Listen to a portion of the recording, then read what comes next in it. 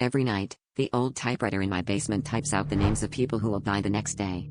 At first, I thought it was a prank, a cruel joke played by some unseen hand. But then I recognized a name, my childhood friend, Lucy. The following day, she was in a fatal car accident. The typewriter is an antique, passed down from my grandpa, a war correspondent who vanished mysteriously. Now, I dread the clacking keys echoing through the night. Last week, I tried smashing it with a hammer, but every morning, it was unscathed, sitting there with more names. I even moved it to a storage unit miles away, but at midnight, it was back in the basement, typing relentlessly. My hands tremble as I pick up the fresh sheet of paper each sunrise. Today, the name is mine. I beg for time, but the keys start again, spelling out a chilling warning: you cannot escape fate.